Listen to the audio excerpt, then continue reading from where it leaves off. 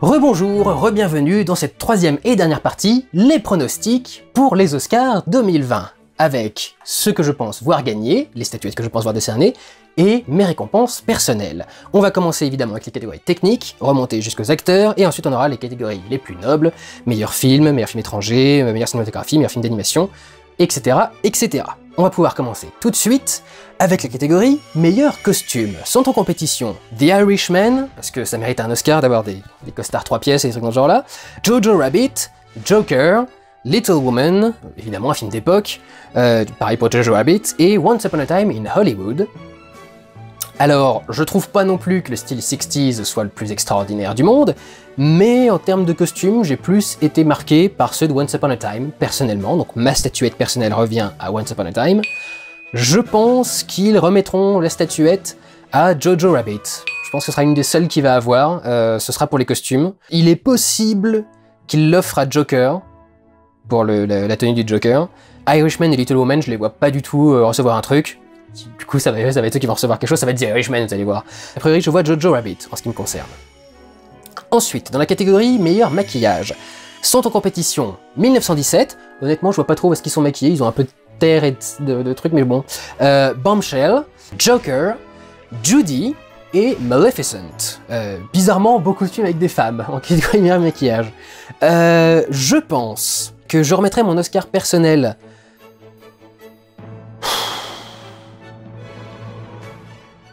Honnêtement, au niveau maquillage, cette année, c'est pas ouf. Et Maleficent, ça aurait pu être intéressant, mais je trouve que ça passe pas du tout, son maquillage, ses cornes, ça se voit trop qu'elles ont été rajoutées, qu'il y a un foulard pour cacher la transition entre les deux.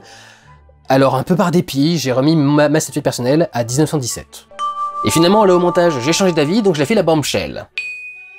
Et je pense que le maquillage du Joker, devenu un symbole de révolte dans le monde entier maintenant, est un peu le truc indéniable du film, et je pense du coup que les Oscars remettront l'Oscar du meilleur maquillage à Joker, pour avoir trouvé ce maquillage spécifique de clown qui marche particulièrement bien. Ensuite, dans les meilleurs décors, sont en compétition 1917, et alors, clairement, pour reconstituer tous les environnements de guerre, etc., et tous les champs de bataille et de ruines, c'est extraordinaire. The Irishman, beaucoup de décors d'époque, Jojo Rabbit, même chose, Once Upon a Time, toujours la même chose, mais enfin bon, c'est Los Angeles hein, principalement. Et enfin, Parasite. Beaucoup de gens m'ont fait des remarques sur les décors de Parasite, sur le fait que, oh regardez c'est magnifique, on arrive à voir où est le salon par rapport à la cuisine, c'est putain de merde, un film où on arrive à voir où est le salon par rapport à la cuisine, c'est un peu la base, bordel, c'est pas censé être un truc extraordinaire. C'est les trucs qui m'énervent avec Parasite. Je pense, cela dit, qu'on va tomber d'accord entre l'Académie et moi pour remettre l'Oscar des meilleurs décors à 1917. C'est quand même clairement le film qui mérite le plus. Même dans le registre de la guerre avec Jojo Rabbit, 1917 a quand même beaucoup plus de gueule et puis il y a des décors qui sont assez compliqués à mettre en place et en plus il y a souvent des événements particuliers, des trucs qui explosent, etc., etc. Donc voilà, 1917 pour mon Oscar et pour l'Académie. Pour l'Oscar de la meilleure musique originale, sont en compétition 1917, Joker, Little Woman, Marriage Story et Star Wars The Rise of Skywalker. Là aussi, je pense tomber d'accord avec l'Académie, je pense qu'on va remettre l'Oscar de la meilleure musique originale à 1917. Parce que la musique originale dans Joker, je sais pas si quelqu'un s'en est souvenu, même parmi les fans. Dans Little Woman, même pas la peine. Marriage Story, je sais même pas qu'il y avait de la musique dans le film, je croyais qu'il y avait que des scènes de dialogue sans musique. Et Star Wars 9, on va pas récompenser John Williams d'avoir fait un remix de ses compositions d'origine, donc faudrait pas exagérer. Ensuite, dans la catégorie meilleur mixage son. Et alors donc le mixage son, chaque année c'est un peu compliqué, c'est bien le mixage son, c'est le volume auquel apparaît chaque truc, et comment est-ce que tu harmonises les sons par rapport aux autres. Sont en compétition 1917, les films de guerre sont toujours en compétition pour les Oscars du son, Ad Astra, Ford vs Ferrari, pour les bruits de voiture probablement et de conduite, Joker et Once Upon a Time in Hollywood. Je pense que pour le mixage son spécifiquement, l'Oscar reviendra peut-être à Ford vs Ferrari. En ce qui concerne mon Oscar personnel, je le remets à 1917. En ce qui concerne le travail du son, je vais faire la même chose au niveau du montage son, c'est en compétition 1917, Ford vs Ferrari, Joker, Once Upon a Time in Hollywood et Star Wars 9. Alors effectivement, il y a eu une création sonore intéressante pour Star Wars 9, j'avais noté même quand j'avais fait ma critique dessus. Il faut monter tout un tas de sons très particuliers, de sons de course pour Ford versus Ferrari, mais clairement, le film qui va remporter un truc, ce sera 1917 pour les bruits de guerre, c'est clair et net que c'est lui qui les mérite. Passons maintenant aux effets visuels. Meilleurs effets spéciaux sont en compétition 1917. Alors, il y a des effets visuels pour lier les plans séquences entre eux, parce qu'ils ont été tournés en plusieurs plans séquences de 10 minutes à peu près chacun. Donc il faut les lier un moment, ça va se faire avec une explosion, un passage au noir, avec une transition à travers un objet ou un truc dans ce genre là. Par exemple un tronc d'arbre qui va passer au milieu du truc. Donc il y a des effets spéciaux à gérer, mais je crois pas qu'ils sont très remarquables et qu'ils soient particulièrement notés par les gens. Il y a Avengers Endgame, mais on en a déjà parlé, The Irishman avec ses nouvelles techniques de caméra, The Lion King en image photoréaliste, et Star Wars 9 parce que c'est Disney, et il faut bien mettre un Star Wars quelque part. Je pense que je vais tomber d'accord avec l'Académie pour dire que les effets spéciaux les plus révolutionnaires, et ceux qui donc doivent être le plus remarqués, sont ceux de The Irishman. Je peux pas faire autrement. Au niveau de la sélection, c'est le seul qui mérite quelque chose, quoi. Il est possible et probable, j'allais dire possible, que The Lion King se tape l'Oscar. C'est Disney après tout, hein, c'est ABC et tout le bordel. J'espère que non. J'espère qu'il y aura une justice dans ce monde. Ensuite, Oscar du meilleur montage. Sont en lice Ford vs Ferrari, donc le Mans 66, hein, pour tous ceux qui se demandent, The Irishman, Jojo Rabbit, Joker et Parasite. The Irishman, Jojo et Joker, honnêtement, j'ai du mal à voir pourquoi est-ce que le montage est particulièrement noté. Ford v Ferrari, c'est plus logique, il y a des choses particulières, notamment les courses qui sont à gérer, à monter, et qu'on ne soit pas perdu, etc. Donc, il y a un truc intéressant là-dedans. Je vais remettre mon Oscar du meilleur montage à Ford v Ferrari, pour ça, pour le coup, parce que le reste, pour moi, n'est pas du tout notable. Mais je pense que l'Académie va remettre l'Oscar du meilleur montage à Parasite, notamment pour la scène de la pêche, dont tout le monde a parlé récemment. C'est probablement Parasite qui repartira avec la statuette. Ça me fait un peu mal par où ça passe, mais bon. Meilleur scénario adapté. Sont en compétition The Irishman, Jojo Rabbit, Joker, Little Woman et The Two Popes. Joker, je trouve ça particulier de le mettre là-dedans. C'est une adaptation d'un personnage de comics, effectivement, mais c'est pas une adaptation littérale de comics. C'est un scénario original sur un contenu adapté. Donc, ça a dû être compliqué de le gérer. Je pense qu'ils ont mis l'adaptation parce que c'est une adaptation d'un personnage de comics, mais honnêtement, je suis pas sûr qu'il mérite de se retrouver là. Mon Oscar personnel en termes de scénario adapté serait remis à The Two Popes. J'ai beaucoup aimé l'écriture, les dialogues, etc., etc. Et je pense que l'Académie remettra l'Oscar à The Irishman. Parce qu'après tout, c'est Scorsese. Ensuite, en compétition pour le meilleur script original, nous avons 1917, Knives Out, donc à couteau tiré, Marriage Story, Once Upon a Time in Hollywood et Parasite. Je remettrai ma statuette personnelle à 1917, et je pense que l'Oscar remettra sa statuette à Parasite. Évidemment, ça ne peut pas être Rian Johnson. Qu'on soit tous d'accord. Maintenant, passons en catégorie sur les actrices. Meilleure actrice dans un rôle secondaire, en compétition, Katie Bates, Laura Dern, Scarlett Johansson, Florence Pugh pour Little Woman, c'est pas des chiots les Pugh, et Margot Robbie. Margot Robbie va encore se faire snobber, deuxième ou troisième fois qu'elle est nommée, elle va encore se faire snobber, elle va nous faire une DiCaprio, elle mettra des années à avoir son truc, donc elle va l'avoir aujourd'hui parce que je l'ai parié dans cette vidéo. Je remettrai ma statuette personnelle à Katie Bates. Parce que c'est une des meilleures actrices américaines au monde, elle l'a prouvé avec Misery, et dans son rôle là de Mère Courage, elle est très très douée. Je vous l'ai dit, les Mères Courage gagnent souvent. Cela dit, comme Marriage Story est un film à performance d'acteur, je me demande si Laura Dern n'aurait pas moyen de gagner quelque chose. Donc je vais dire que l'Oscar remettra la statuette à Laura Dern, avec un gros doute avec Scarlett Johansson quand même. Pour ce qui est de l'actrice principale, sont en compétition Cynthia Erivo, Scarlett Johansson, Saoirse Ronan, Charlize Theron et Renée Zellweger.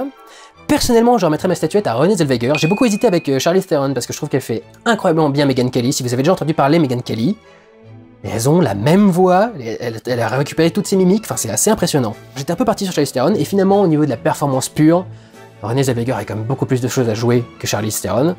Donc ma statuette personnelle ira à Renée Zellweger. Et je pense que c'est dans cette catégorie-là que l'Académie décernera l'Oscar à Scarlett Johansson pour son rôle dans Marriage Story. Ensuite, meilleur acteur dans un rôle secondaire sont en compétition Tom Hanks, Anthony Hopkins, Al Pacino, Joe Pesci et Brad Pitt. Je remettrai ma statuette personnelle à Anthony Hopkins, qui est toujours aussi doué. Et je pense que, dans la grande tradition, l'Académie remettra sa statuette à Al Pacino. Oh my God! I'm sure you have others, though. You'd think it, but oddly enough, I don't.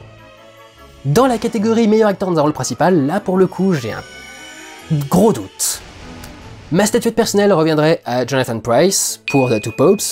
Pour moi, c'est Anthony Hopkins et Jonathan Pryce qui, au niveau des acteurs, ont tout au niveau des statuettes. Pour ce qui est de l'Académie, je suis parti sur un énorme pari, un énorme risque. Je vais parier qu'ils vont snobber Joaquin Phoenix et qu'ils vont remettre leur statuette à Adam Driver. Je l'ai dit, pour moi, l'Académie ne remettra jamais une statuette à un mec qui a fait un personnage de comics, à moins que ce soit à titre posthume. Et je trouve vraiment pas que la performance de Joaquin Phoenix soit particulièrement notable, et je pense que la plupart des acteurs, des vrais acteurs qui ont vu Joaquin Phoenix dans le film, ont un peu pouffé de rire en voyant certaines de ses performances. Vraiment, je suis sincère quand je vous dis ça, pour moi, ce qu'il fait dans ce film, c'est ridicule.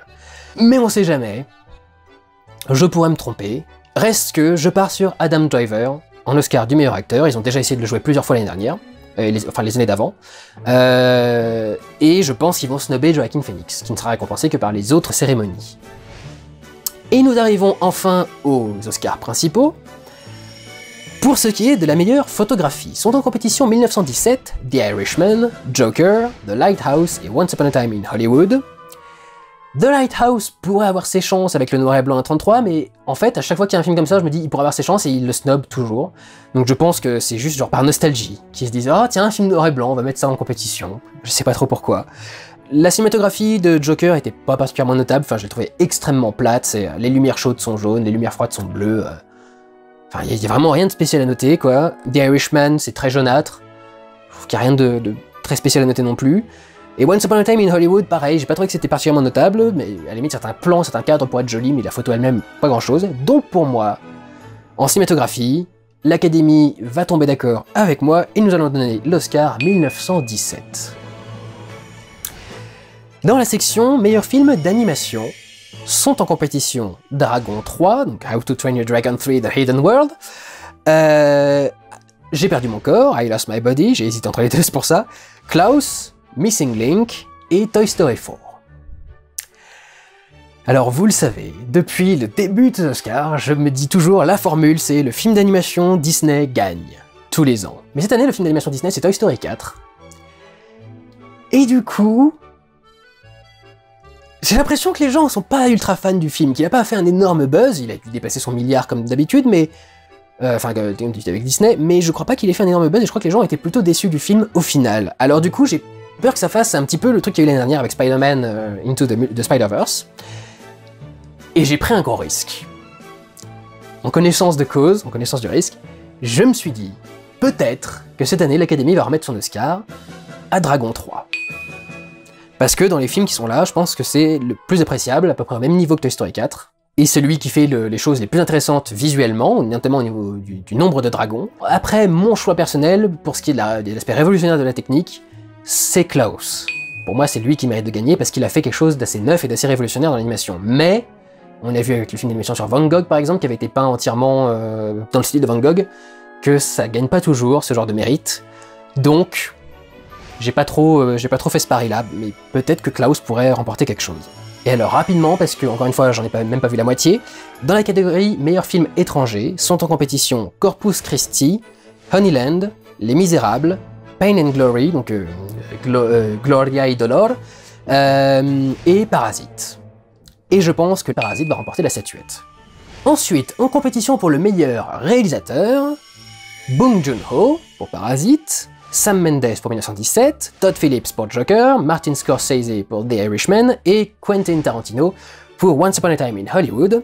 Et je pense qu'on va tomber d'accord avec l'Académie et remettre notre statuette à Sam Mendes. Je crois que vraiment dans les films qui sont en compétition, et même en comparaison avec Parasite, au niveau des réalisateurs et de la cinématographie, c'est 1917 qui mérite de l'emporter. Maintenant, pour ce qui est de l'Oscar du meilleur film, le plus convoité, sont en compétition 1917, Ford vs Ferrari, donc Le Mans 66, The Irishman, Jojo Rabbit, Joker, Little Woman, Les filles du Dr Marsh, Marriage Story, Once Upon a Time in Hollywood et Parasite. Je remettrai mon Oscar personnel à 1917, mais je pense qu'ils vont suivre un petit peu la voix du peuple. Donc c'est soit Joker, soit Parasite. Et à mon sens, Joker fait trop populaire, c'est vraiment pas le style de l'Académie, donc j'ai pris le pari du meilleur film remis à Parasite. Ce serait assez surprenant, je crois que c'est pas souvent été le cas qu'un film étranger remporte l'Oscar du meilleur film. Il y avait The Artist, un film français récemment, mais c'est une possibilité, sachant à quel point le film fait parler de lui, ils ont fait une grosse campagne de communication, et c'est dans l'air du temps, encore une fois, ce discours sur la lutte des classes. Voilà, c'en est fini de ces vidéos sur les Oscars, on se retrouvera donc après le 10 février pour les résultats, et je vous encourage bien entendu à mettre vos pronostics et vos choix personnels dans les commentaires. En attendant les résultats, eh bien prenez soin de vous, allez voir des films, ciao!